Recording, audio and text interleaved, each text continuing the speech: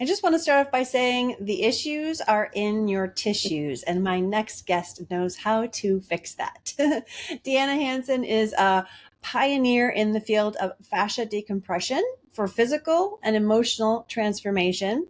She is a best-selling author, and with more than 20 years of hands-on clinical experience, she created fluid isometrics and block therapy, which is a unique fascia release technique to help relieve chronic pain, dis-ease, encourage healthy detoxification, and reverse the aging process. And I can't wait to hear from her today. So welcome, Deanna. Thank you so much, Carrie. It's a pleasure to be here.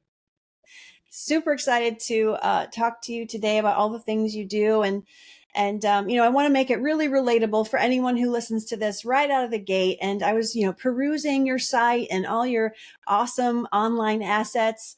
And I noticed so many conditions listed as to how the work you do can help people. So I'm just going to name a few. And, I'd love to have you expand on that list. So I've seen things like, the work you do is helping with chronic pain, with trauma, with TMJ, with vision, weight loss, hernia, improving people's energy. So I'm sure there's more, but with all that said, as I was learning about it, I'm thinking, could you share with us to start what one major healing story you've seen with someone you've worked with over the years? Oh, I want to just jump right into a trauma story because one of my instructors now, at the age of, I believe she was 66, this was a few years back, she was on a sled and she was racing and her sled drove into an ice wall and she broke. They didn't think she was going to live at first. She ended up having a severe fracture in her femur. She broke ribs, she broke her wrist, she had a concussion. I mean, there was a lot going on. And it was amazing because it was the time of COVID. So now she's alone in this hospital bed, struggling. And it was maybe 8 months prior that she had started block therapy, where she was dealing with healing through breast cancer. So Wow. she got to the other side of all of this. And then now she's in this bed, but because she knew how to breathe, because she couldn't move, she was in a cast, she was laid up big time, but she knew how to access her breath, which is one of our principal foundations. And that work initially, she shares, got her through the first stages of this. And then it was quite fascinating because they didn't think she would walk. They didn't think she would get any use of her left hand because of the fracture in the bones there. And after, it was months, and I was working with her weekly, but through Zoom because she wasn't with me physically here. She ended up walking without a limp, and she made almost full use of her hand. So it's fascinating when we have a different perspective on how the body has the capacity to heal and how we can support that, just how different the outcome can and will be. So that's one of so many stories, but I love that one because it's such a dramatic, drastic change. And the fact is, she wasn't 20 years old when she was in this injury. She was in her 60s. So another reason to really dive in, because age is really not a factor. When you start to understand how to support your fascia system at any age, at any time, you can really turn the trajectory of where you're headed into something very different. I love that. A couple things come up as you share that story. Is she was working with you already on a sort of a chronic condition with breast cancer, and then she had an acute thing go on, and she had to continue that or probably deepen the work, I would imagine, with such a traumatic injury. I love that, though. The whole basis of what you seem to be about is that we have to look at healing in a different way, in a a lot of it's mental too. Of course, you got to do the work, but I've heard versions of your story, but maybe take us to the point where, how did this all begin? Like, where did you come from? Well, I came, and I still am in Winnipeg in Canada, but this work actually began for me when I was around 30 years old. Prior to that, I was training to be an athletic therapist and certified in Canada, which in the US is similar to a physiotherapist, but we're trained to work with elite athletes. So I'm doing the work. I'm putting in the time, the energy to work on my own physical body. And it was very frustrating because the harder I worked, the bigger I became, the more congested and toxic my body became, the more my emotional state took a downswing because I was doing this work to try to, make positive changes for my body. And yet I was going in the opposite direction. the more I was running, doing Taebo, aerobics, weights in the gym, all of that stuff, I got more compressed and more ballooned. And then that compression stopped the flow of lymph in my body. It increased the inflammation in my body. And I mean, it was just awful because I was just ashamed of myself. And I'm looking in the gym, and I'm also trained to know what to do with this stuff. And I'm doing the work, and other people are getting the results, yet I'm not. So Wow. I made some big changes when I was 30 years old. And these changes resulted in me having some pretty severe anxiety attacks. But that was really the gift, because this one anxiety attack was the seed of what I basically have developed over time. In the moment, I actually thought I was going to die. I was literally frozen in fear. I couldn't catch my breath. So I intuitively dove my hand into my abdomen. The first thing I encountered was pain, but the pain brought me out of my thinking, my craziness, brought me into my body, into the ground. And I'm like, okay, I'm breathing, I'm safe, I'm alive right now. But what was fascinating was I continued to just explore intuitively with my hands in my abdomen, and it was marbled with what felt like scar tissue. So prior to that, as an athletic therapist, I was always focusing on deep tissue work. And I had a very good practice because I had strong hands. I knew how to find scar tissue in people's bodies, mainly their backs, their legs, their neck, like we're trained to work in the back of the body more. But never had I touched anybody's abdomen, let alone my own, because my belly was where I stored the majority of my excess weight. And I was ashamed of it. I never wanted to touch it. So now I'm diving my hands in here. I feel pain. The pain is grounding, but now it's also marbled with what felt like scar tissue, even though I hadn't had any injury or surgery in that area. So suddenly I have these moments of no wonder when I'm coming home from a 5-mile run and I'm dripping wet with sweat, my belly still felt cold. So now I'm realizing that no matter how hard I'm working, I'm not getting any blood and energy to this tissue to metabolize it. So after the first evening of 30, 45 minutes, just intuitively exploring, first of all, I felt really calm, which was not my norm. I woke up the next day still feeling that sense of calm, and I was excited to go back home that evening and dive back in. And after the second night of doing the work, when I stood up, I felt taller, and I went and I looked at myself in the mirror, and my belly was flatter than it had looked in years. And I mean, in 2 days, doing something so simple, literally at my fingertips, there was such a positive change. So this became my new daily practice. And within 2 weeks, my chronic low back pain was going away. I started looking at the world in a very different way, as well as looking at my patients differently. And I started flipping them onto their backs, and now I'm working in their bodies in a completely different way. And I was having some really remarkable results. So that was 25 years ago when this thing began as a bodywork practice, first on myself. And then I started training others in the technique. And somewhere along the way, I recognized I'm dealing in the world of fascia. Wow, fascinating. The fascinating fascia. You know, I think about that word. Just to me, it makes me think of when I did yoga certification, which was years ago now.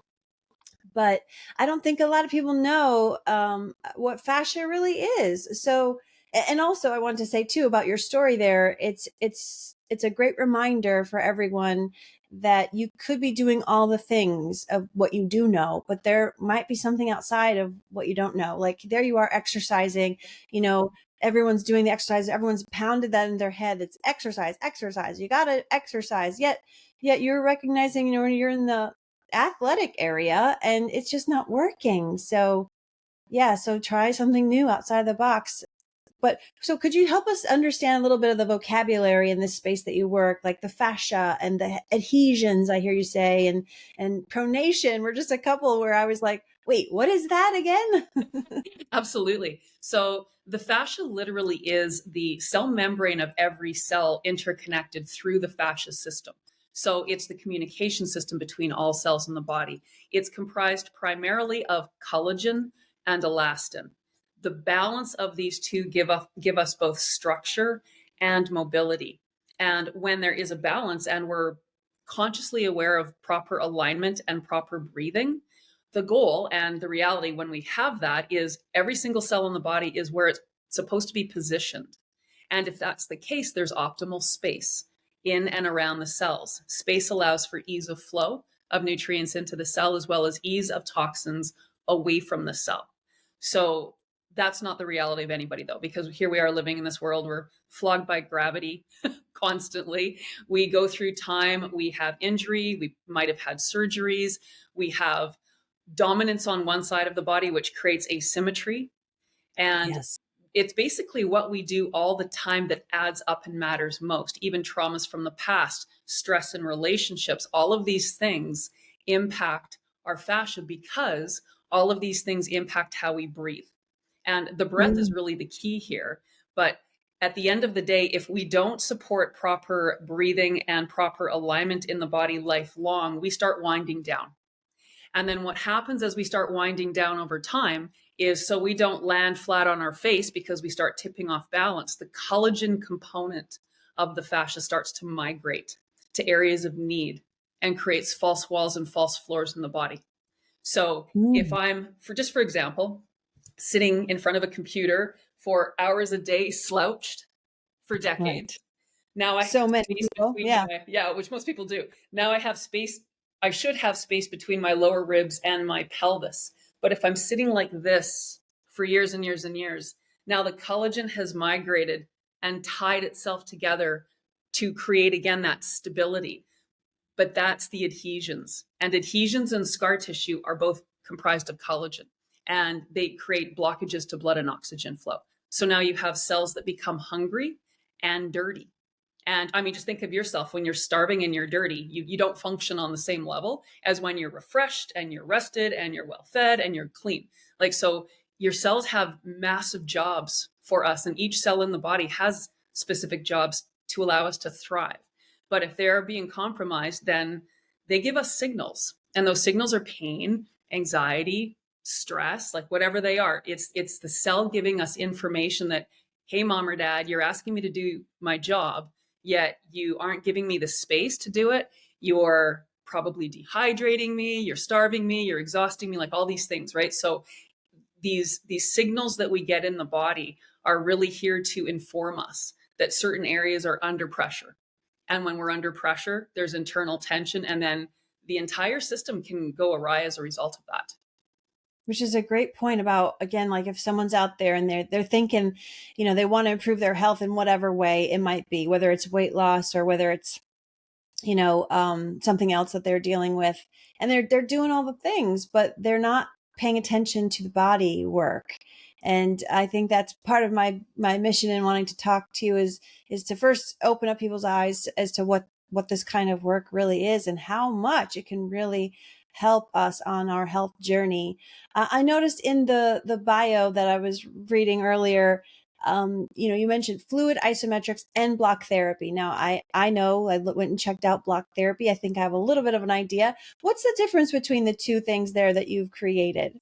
So fluid isometrics is the technique that I first started with on my own body, and then created an actual program to teach other therapists to do as a therapy on others. Block therapy is the self-care version of fluid isometrics. Okay, so it was like isometrics was when you were working with the people hands on, Yes. and now block therapy, you've had to do this because many people, you can't reach everybody. So okay, got the difference there. And what was a pronation? Take me to school on that. Yeah. So we want our body to be properly aligned. So I'm just going to back up for one moment. So there's three pillars to fascia decompression. So our fascia compresses over time, causing us pain, aging, dis-ease, and ultimately death. Fascia decompression takes the body in the opposite direction. So as we start falling away from balance, most often the ankles will start to collapse inward. That's pronation. I believe it's 90% of people pronate. 10% Mm. of people supinate, where they roll more to the outer portion of their feet. So either way, that foundation creates confusion up the chain and creates the formation of adhesions. So when I look at a body, when I'm doing an assessment, for example, the first thing I always do is I look at their full body alignment. And even if they have frozen shoulder, I'm starting with their feet, because there will always be one foot that's pulling away from center like a flat tire. The other side anchors to stop you from getting pulled and tipped over. And this creates chaos up the chain. So that's where that pronation supination comes in. And we really want ankles to be in neutral. And what we have to do for that is really support the power in the toes, because your toes are like the eyes of your feet. So if we haven't looked at the feet and consciously taken care of them and kept them strong in proper alignment, then they start to flatten out. And then these patterns become ingrained in how we take every step in life and how we stand. Wow. I mean, that's just mind blowing because, as I've shared on this podcast before, I'm starting to wonder what's going on with my feet because, I did an episode on plantar fasciitis, and I don't think I have that really. But why do I, when I wake up in the morning, feel so stiff in my feet? That was a symptom of that. And then, I'm glad we're talking about this part right now because another video I saw of yours was, where you say death starts in the feet. And I was like, alarm bells. What is this about? It must be this, like you said, it's the foundation, right? If that goes off, then we're in big trouble. And the reason is because I'm just going to, okay, again, talking about the three pillars, which I didn't follow through with. So the first pillar of fascia decompression is to put the space back into the body that time has taken away. And may I share what our tool looks like so people can Please. see? Yeah. So we have the block buddy and the block baby. There's two different sizes. And what we do with these is we lie on them. We always start in the abdomen as a starting position, and we instruct you how to turn on your diaphragm, which is the second pillar, which I'll get to in a moment. But pressure over time creates heat. And that's the key because when we fall out of alignment, the tissue that forms adhesion becomes colder because that blocks energy. And the colder we are, the less energy we have. I live in Winnipeg in Canada. There's snow. It can be minus 35 Celsius in the winter. Try starting a car if it's been sitting overnight and it's been outside because it's just frozen. And if you took a hair dryer and you tried to heat the car up, you wouldn't get anywhere. You need to turn on the car. So when we're working throughout the entire body and we lie on the tool and we instruct you how to do that properly, the second pillar is with the instruction of how to turn on your diaphragmatic breath. And the reason this is so important and how it relates to the feet is your diaphragm is a plate of muscle that's the foundation of your rib cage. When we inhale, it moves down. When we exhale, it lifts. And if it's working properly, it creates a massaging of all of the organs, the heart and the lungs. And it's also the driver of heat and energy in the body. It's like your body's furnace. And the challenge is pain, fear, and stress cause you to reactively hold the breath. And we are all flogged with trauma, with stress continually, with pain. So if we don't know how to respond in the moments when it impacts our body, we freeze in the diaphragm, but we're built to survive. So then the body starts using their secondary muscles for respiration, the muscles of the upper chest. And this is like you are heating your building with a space heater as opposed to turning on your body's furnace. And your feet are the furthest from the engine. So they're the first things that are going to become the most frozen. And because every step we take, now your feet are patterned in this frozen misalignment, you keep walking, you keep increasing the grooves that you fall into negatively. And that affects everything up the chain. So when we can actually address the feet and change your foundation of the feet and bring energy and lightness back into these beautiful foundations of ours, that also changes everything up the chain. And so we don't allow the body to collapse into those grooves. And I can share one really simple exercise right now that people can start with right away and you'll feel it. That'd be great. If you take a finger or a pencil between each toe, push down and hold for 3 minutes and focus on the exhalation. Exhale for a count of 6, inhale for a count of 4. Do that between each one. And to the point where you feel it. And for a lot of people, it doesn't take much. Some people, their toes are so locked together that it's almost even hard to get a finger between those toes because that's what that fascia patterning has done. And that's an indicator that those toes aren't part of the equation anymore. So we want to create that separation between the toes. And then after you've done both feet, you want to stand. Great to stand in front of the mirror so you can see what you're doing. Have your feet under your hips, feet pointing forward, knees slightly bent. Grip the toes for 10 breaths. It's like pumping up the tires because we're walking on flat tires that are manipulated under the twisting and the turning and being dominant again. We create this imbalance in how we are mobile. So we want to be very conscious of how we walk and we want to pump up those tires. So that's something that people can do immediately. And you're going to start to notice changes because you're bringing that symmetry back into your foundation. Yeah. So those foot massages that I go and get sometimes, reflexology is really good for me. Yeah, Absolutely. it's more than just a spa treatment. It's a health treatment. I try to tell people that, no, this is really, encourage people to come with and do that, because it's like working on your health. It's investing in your health, not just having a relaxing, time of it, which I think most people kind of categorize it as, but it's a necessary thing. I like how you said that the pencil in between the toes. So 6 counts in, breathe out for Nope. 6 counts. We want to exhale more than we inhale. But Okay. if you tell anybody to take a full breath, they're likely to go, or they might breathe through the nose, but they're going to make the inhale the primary focus. We want to Right. focus on the exhale, because it's when we're exhaling that we're moving the past out of the body. So think of buying a whole new wardrobe. If you don't take the old clothes out of the closet and you start stuffing the new clothes in the closet, and it's clutter, and then it's hard to find anything and it's just clutter. So we want to clean out the closet before we pull in the new. And that's Mm. what we do with that exhale. 84% of weight loss comes through proper exhalation. So back when I was in my 20s and I'm working out like a fiend and I am getting bigger, I also, around that time when this all began for me, had started the practice of yoga. And I had a wonderful teacher. And every 30 seconds, she was reminding us to breathe. And every time she did, I recognized I wasn't.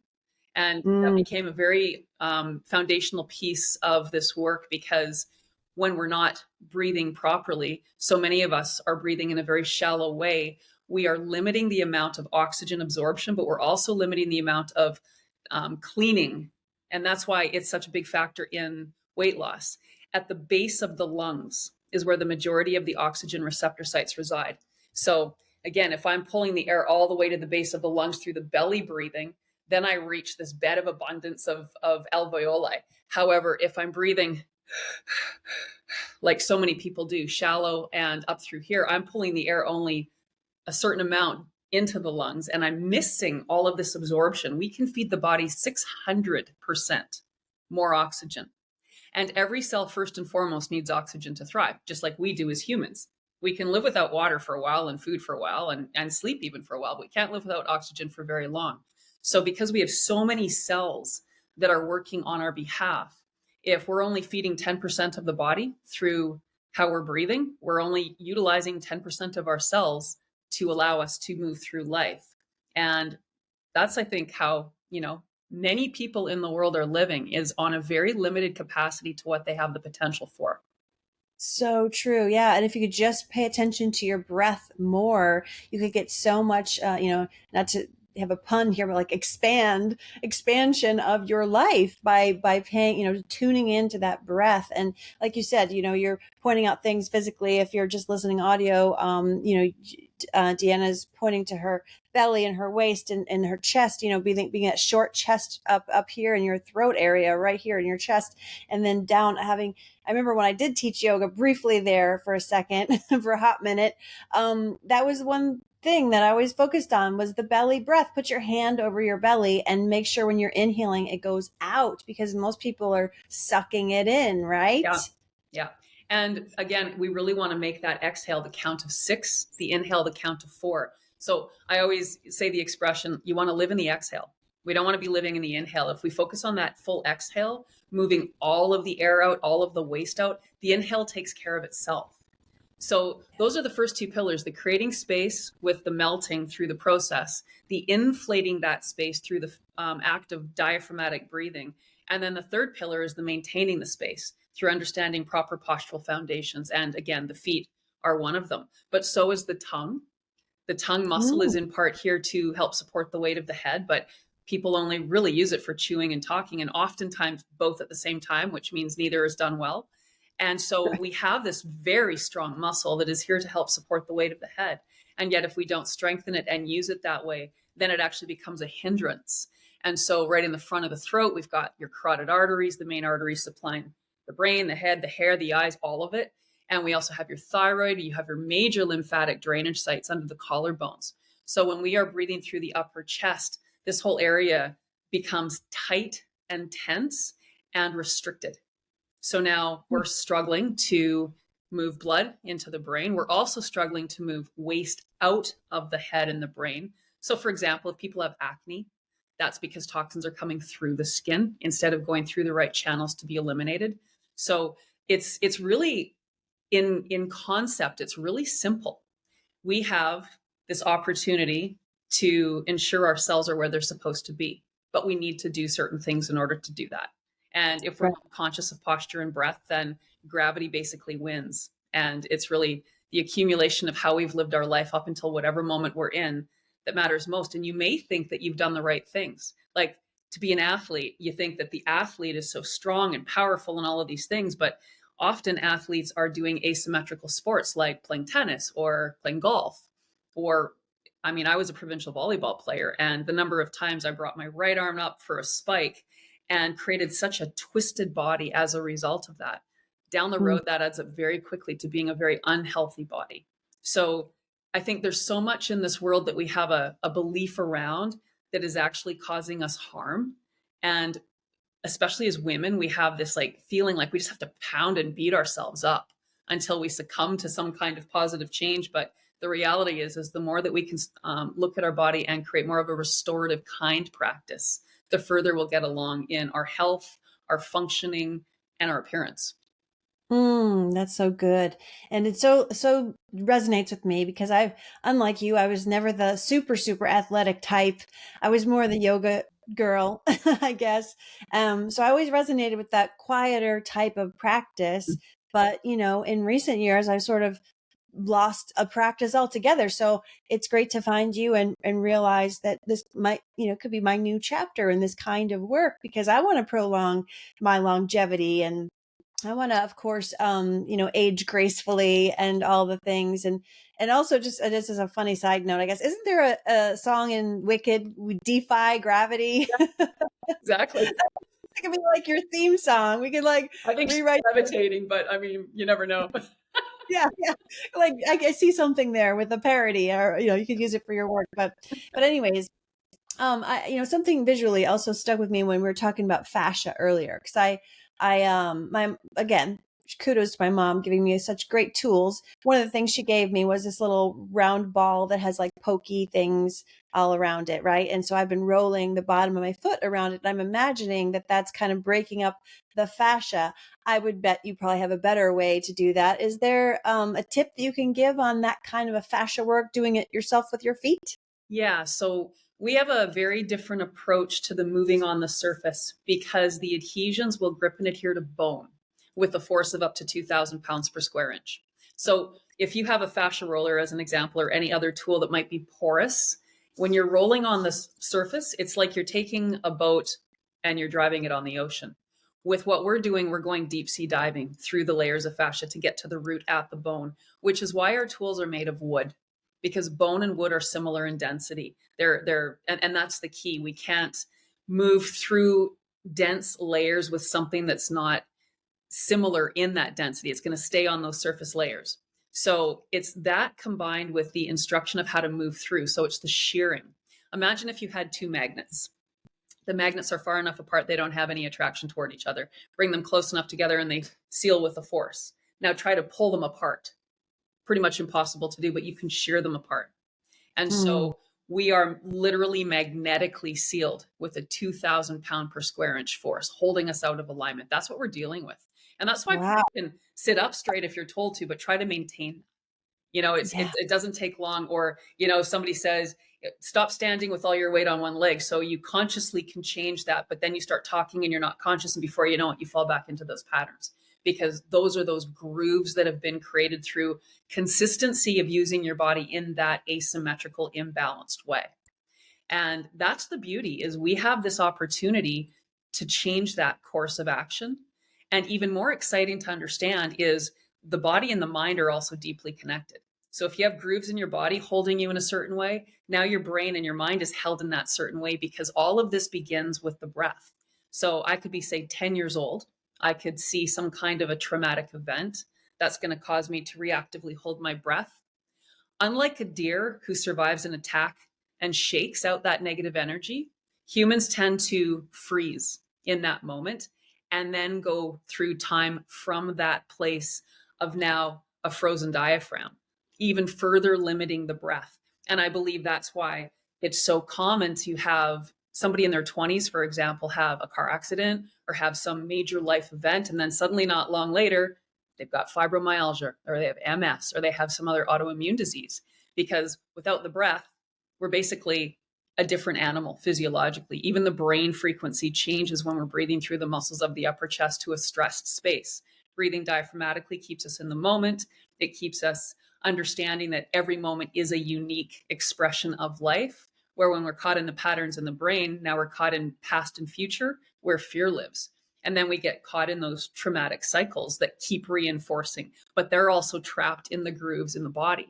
So what's lovely is we can approach the brain through the body by changing the patterning of your fascia. That in turn will change the patterning of your brain. I mean, you can even just feel it. It's pretty fascinating. If you sit here and, Mm-hmm. people will tend to tilt their head one direction or another, just tilt it one way and just notice how you see things. Tilt it the Yeah. other way and notice how you see things. It's different. Your energy might change. Your anxiety might feel greater with one posture over another because certain cells, when we collapse in, are getting starved. And anxiety is another language that the cell gives. Hey, mom or dad, you're squishing me. I'm not happy right now. I'm giving you a signal. And I used to think I struggled with anxiety. Now I'm aware if I'm feeling anxious, my cells are telling me that, Deanna, you're not doing a very good job looking after yourself right now. Mm. Yeah, that's such a great way of thinking of it because I too have talked about anxiety and never really thought I had that at all. And now it's again like, and then the people, and I'm guilty of this, chalk it up to, well, I'm getting older. I don't want to do that. Like that's not acceptable. I don't want to you don't succumb to this aging thing. You have to figure out new solutions is kind of what I'm, aiming to do.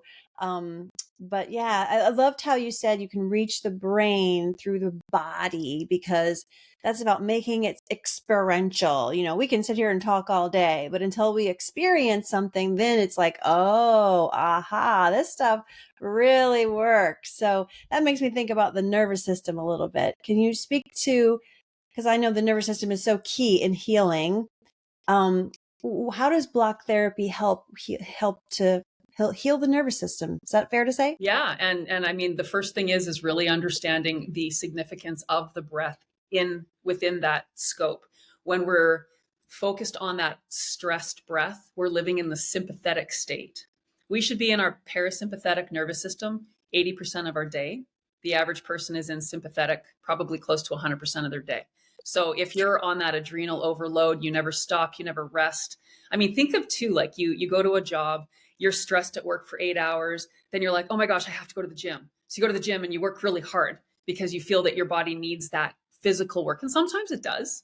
But if that's how we do things, and then we go home and then we make food for our family, and then we've got to deal with whatever, and then we try to get to sleep.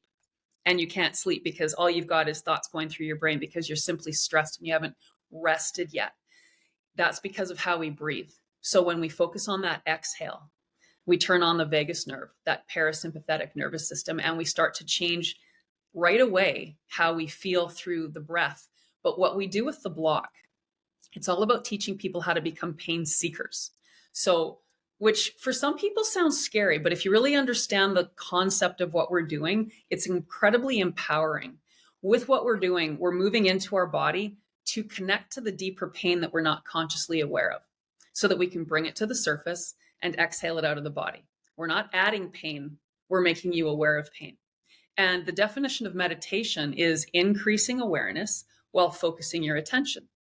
When you connect with your diaphragmatic breath, you are increasing your awareness. When you focus on your pain and you search for it on purpose, now you're focused in your body.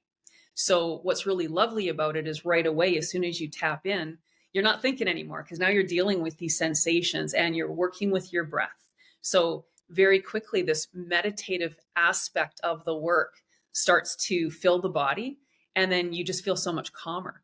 And especially the way that we structure the classes so that we start with the rib cage and the core so that we can really optimize how you're breathing. Because even when we're collapsing into the core because of not breathing properly in the first place, those adhesions are locking your rib cage out of alignment with that 2,000 pound per square inch seal. So now everybody has a frozen diaphragm to some degree, just like a frozen shoulder. Some Mm. people can't move their shoulder at all. Some people might be able to lift it only 90 degrees. We want to have full range of motion in the shoulder. Similarly, Yeah. we want full range of motion in the diaphragm, but people are working with a limited diaphragm. And even if you're Mm. doing breath work, that magnetic seal isn't going to release. You'll only be able to keep strong what you have access to. So with this work, we suddenly free up more of the diaphragm. And as soon as we start breathing properly, we start to feel lighter because now we're bringing more oxygen into the cells. And those hungry little cells that, when not properly fed, are like a balloon with very little air, sticky, dense, heavy, falls to the ground, wrinkled, dust and debris caught in the spaces. That's what a balloon is like when it's not properly filled up. But fill it up Right. nice and full, it glows, it's round, it almost defies gravity. So as we start breathing properly, we literally become lighter in our body. So that density is the key. It's funny because I do body work on patients all the time. And one of the tricks I do is I'll actually, when you're a kid and you fly people, you put your feet on their hip flexors and they're flying like Superman. I can lift a 300-pound person, but sometimes that 180-pound person feels heavier than the 300-pound person, Why is that? depending on how they breathe, how they hold their body, where those restrictions are. So our goal is that we want effortless effort. And I actually do believe in the perfect world where you have optimal space in and around every cell, which I don't believe any of us will ever attain on this planet, that people would levitate.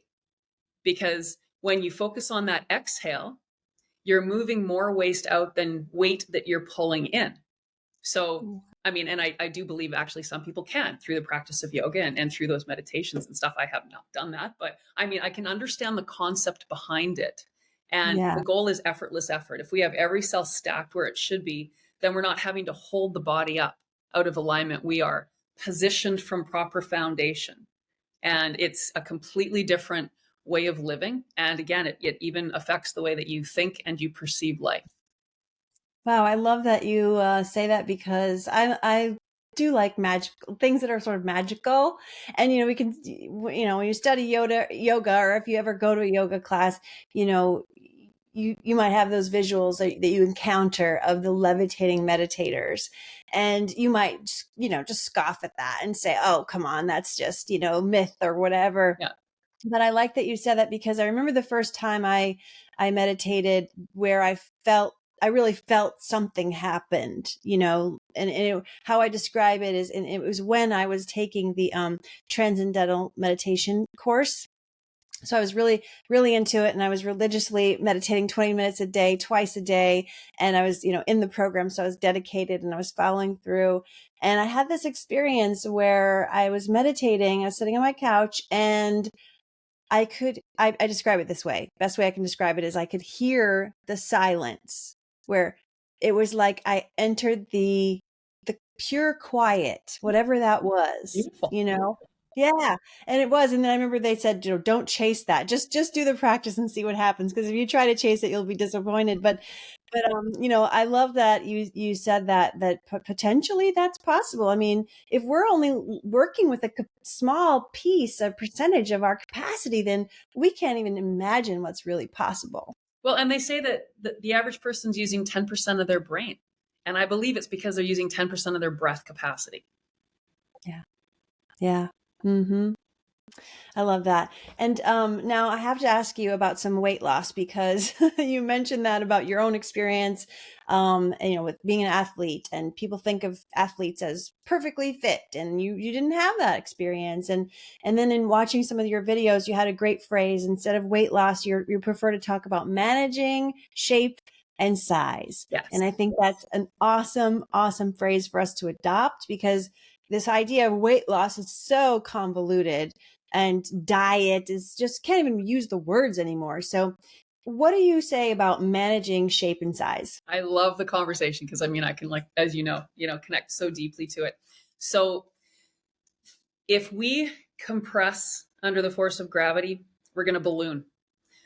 And at a certain age, and it's younger now than it was when I was young. I'm not sure how old you are, but I'm 55. And so um, the youth are younger or older in tissue at a younger age than we are because they're growing up in certain ways using their body differently than we did. But the concept of compression and ballooning is, and I can show it. It's so right there in your face, right? So here you've got this foundation, the diaphragm. If it's strong because I am a conscious diaphragmatic breather, the weight of everything above is stacked on top of my pelvis. If I'm not that conscious breather and this muscle's weak, the weight of everything above comes crashing down into my core space.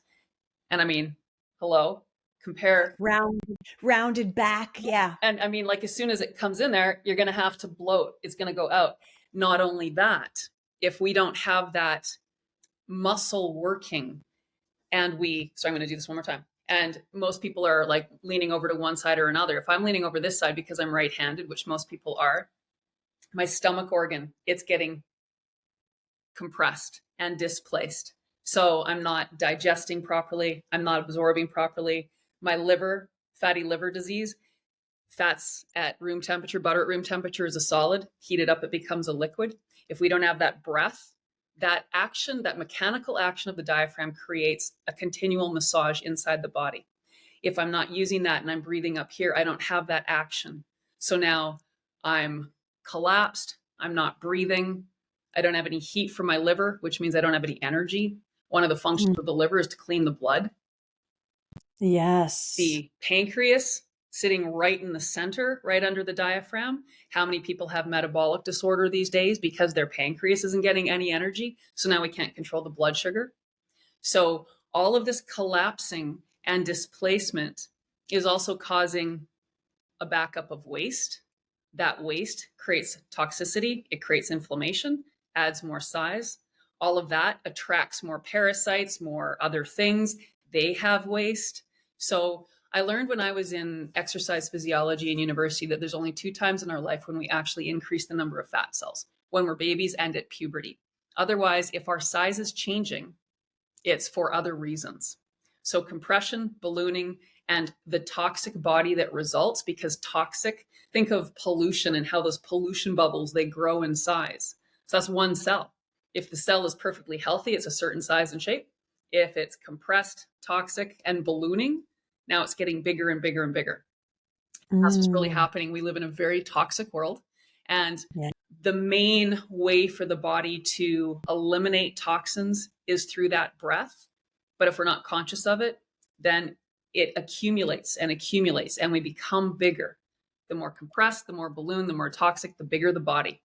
So what's fascinating is oftentimes people will start this practice and they'll say, wow, my clothes are fitting better, but my weight hasn't changed on the scale, because it has nothing to do with that.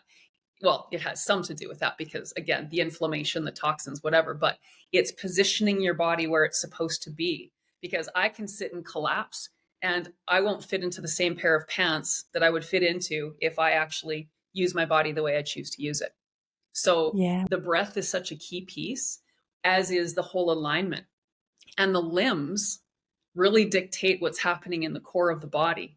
So if I want to get rid of a bloated belly, but I don't address what's happening with the feet, now the feet and the hips should be in correct alignment and the hip joint should be underneath the feet. So now you have one foot that pulls away and another one that anchors. That creates a twisting of the hips in the pelvis, which takes away space in the pelvis. So now we have the lower belly ballooning, causing an anterior pelvic tilt likely, which is now pulling the rib cage forward and down, causing greater compression from the top. So we're getting squeezed from the top and the bottom.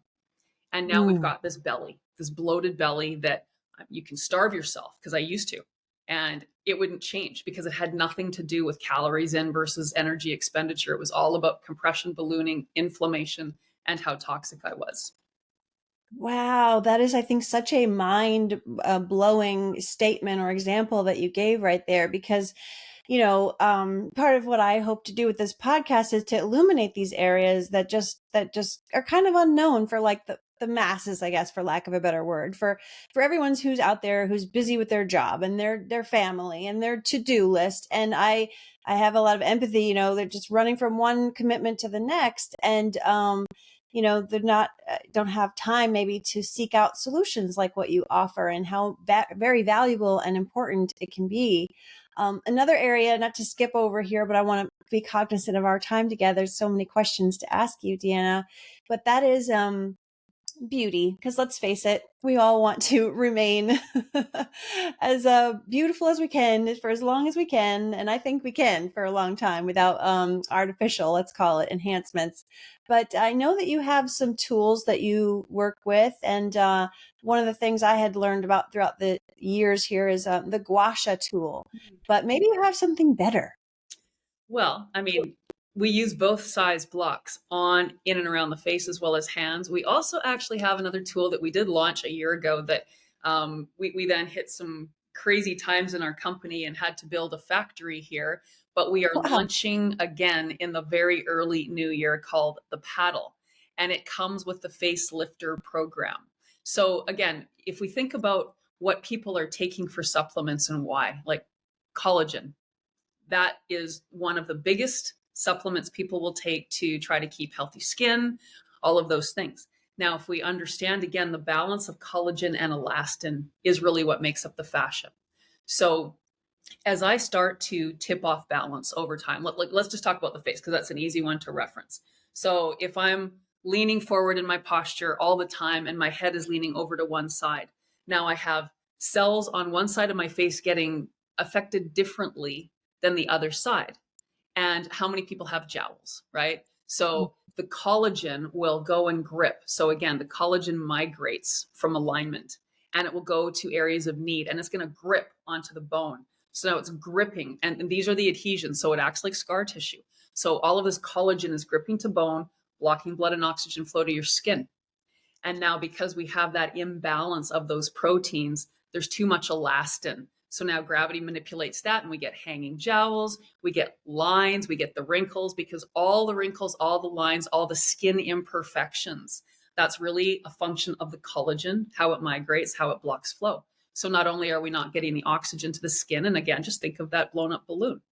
It's the wrinkly balloon that has dirt and dust, and that becomes what the cells look like over time if we don't keep that posture and breath strong and we don't keep that concept of alignment within the body. So by releasing those adhesions from the bone, which takes pressure over time, we don't scrape, we don't rub, we consciously move in and we hold, because Mm, the holding over time with the breath creates melting. And that's the key, because the adhesions, again, are frozen onto bone. You can look at it in a couple of different ways, but basically, when there's a lack of flow, it's frozen. And you can feel that. People's feet get cold first. Feet and hands, they're right. the first things to get cold. And they're also the biggest things to manipulate the alignment of the core. So it's not just the face, but scoliosis. We all have scoliosis to some degree, but it's not labeled that until we have a certain degree of curve. But it's your limbs that manipulate what's happening in the core. And as we start falling out of alignment, I mean, you look at somebody that's old, that's walking with a walker, you take them and you have that same body, but walking with conscious awareness and stability in their gait, they can look 10, 20 years younger because of that dynamic in them, that energy flow in them. So aging is such a number of things, but again, it comes down to how many of your cells are getting properly looked after through your process of looking after your fascia. And if you're not looking after your fascia, you're not conscious of your breath, you will age at a very different pace than you have to. So if we want to look at aging in a healthy way, it's all about making sure everything is fed. So hair turns gray, we start losing our hair because the hair follicles, they aren't getting properly fed. And Mm, the eyes, the same thing. So everything in the body really, in its, again, simplicity, comes down to we want to have those cells properly fed and clean. And if they are lifelong, there's really no reason we should go through changes in how our body goes through time.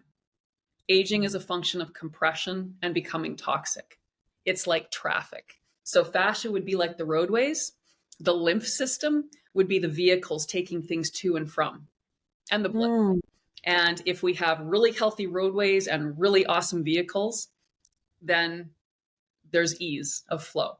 You can have the Ferrari on a crappy road. Winnipeg has horrible roads. We have potholes everywhere. So it's scary to take an expensive car on our roads because, I mean, you could damage it very quickly.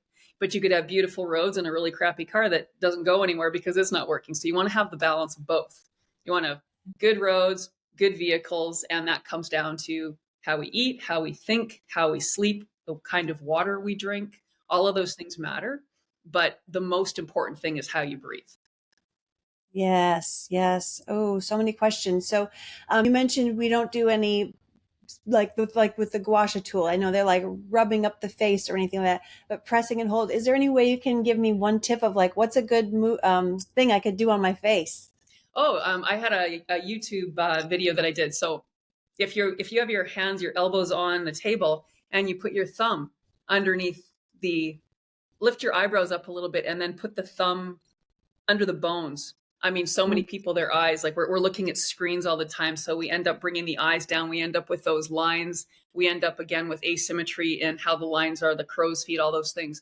So by simply putting pressure for 3 minutes here, you create a symmetrical lift, and that pressure over time with your thumb is something you can all start with right away. So again, Oh, I the love. tools basically it's the same concept. It's pressure over time with breath creates magic. Wow, so many good sound bites in there. One other thing I was going to mention is probably another topic on its own, but I ran into this little blurb recently about a book by Gabor Mate. I'm probably mispronouncing. You maybe know who Yeah. he is, but I just grabbed this. It said a famous physician and psychotherapist that says the root cause of cancer, addiction, depression is suppressed emotions. So I was curious, as I think, just like we said at the beginning, issues, tissues. What does fascia work do for suppressed emotions? So that comes back to the trauma. So I'm 10 years old. I witnessed something horrible. My response to that is protect my vulnerable inside. I hold my breath, which causes my shoulders to come forward and down to protect what's happening inside the body. If we don't, like that deer who shakes, release that negative energy in the moment, we store it. And now that gets locked into the tissue, locked into the psyche. And that's how we keep spiraling forward and aging from that perspective. So when we know how to address trauma in the moment, then we can get back to our proper diaphragmatic breath and move that negative energy out, and then age from a neutral, balanced place going forward. And then it's not held in your fascia, it's not held in your brain, and it's not held in your breath, which really dictates your emotion. So all of those things get tied together. And it's just incredible how powerful that is. And I just want to talk a little bit because this ties in the weight loss and all the other things, especially for women as we get older. I'm seeing so many women now with lymphedema. And, Mm. you get that sense that your legs might feel sloshy when you're walking. They don't have that tone. And the way I see where this is really coming from is if you have a trauma when you're developing, even younger, maybe something bad happens when you're 3. And just imagine, like, if you scare a cat, how the cat goes, and like, suddenly like you've got like just this whatever. So your fascia system, it's the collagen that's going to go and migrate and grip right away to need, areas of need, which is going to be the whole bone. Like when you see something big and you have a massive trauma and you hold your breath to that degree, the collagen goes to where there's need. If it doesn't release, now you're taking all that when you're in your developmental years. So all of that structural part of your fascia is now displaced. And now you only have this elastin, which is sloshy because we become kind of like a puddle unless there's that balance. So if there's too much collagen, it's like concrete. If there's too much elastin, it's like collagen. You want the balance to have the best of both worlds. So it's one thing if you have a trauma when you're already fully developed. It's a very different scenario if you have one when you're in your developmental stages, especially the different stages that you're developing. So people with like really significant trauma might have had a trauma in the womb or as a baby or when they're 3 compared to 8. And I know there's all these different, like when you talked about Gabor Mate, he talks about all of those things, like the different times when trauma hits and how that can impact different parts of your brain and all those things. That gets into a whole different conversation, but that's the neat part to look at, but to also understand that you can change that. So even if you did Yes. have a trauma at 3 and you developed incorrectly as a result, we can still release that collagen. The body wants to be right. It wants to be healthy. Your cells want to be in the right alignment. And it just takes us to put the time and energy in. Takes the tools to get us back to where we should be. I love it. Oh my gosh. So many great nuggets in there. I appreciate your time so much. Where can people find you if they want to learn more? A couple places actually. Blocktherapy.com is our website, and we have tons and tons of information on our YouTube channels as well. But one of my favorite places to direct people is our private Facebook group, which anybody can join. There's 17,000 members in there now, and I have two of my therapists navigating this. But what's lovely about it is if you ask a question about anything or everything, you're going to have people responding that have gone through the process and had the experience. So, for example, I mean, I can talk all I want about the science of it, but I haven't had MS as an example. We have people in the group that use block therapy that have MS. So they can give you that feedback from their perspective, which brings such a wealth of wisdom into the conversations. Even the hard Yeah. stuff where, I mean, because healing crises are real. I like to call them healing opportunities, but it can feel like a crisis when suddenly your body's starting to push out the old, the negative, and you don't understand it. So to have that resource where people can share and support you, we heal as a community. And that's the beauty of when we all come together and we communicate. And it's such a beautiful place. So I love directing people there. It's called Block Therapy Community in Facebook. Love that. Love that. And I also love that we have a community there because community is so huge. I mean, being together, sharing experiences, sharing knowledge, it's so valuable. So block therapy to find out more and how you can work with Deanna and experience this amazing body work. And do you ever travel at all? Do you ever come to Florida? I do travel. And in fact, I created a pet program with Dr. Marlene Siegel, who lives in Florida, an Wow. amazing veterinarian. So I do want to mention on our store, we have a sampler program for $9 where you use a rolled up towel and Ooh. get a very, very deep understanding of this work without having to financially commit until you know if this works for you. So just something to note. Oh, that's a great entryway. Like whether, get into the Facebook group, get a feel of it, try the $9 program, get a taste, and then like this is going to really help transform your life. So I fully believe it and back what you're doing. If you do ever find yourself in South Florida, let me know. Hello. I'd love to meet you. And for everyone else out there listening, I'll just say stay healthy so you can stay happy, and I'll see you on the next one.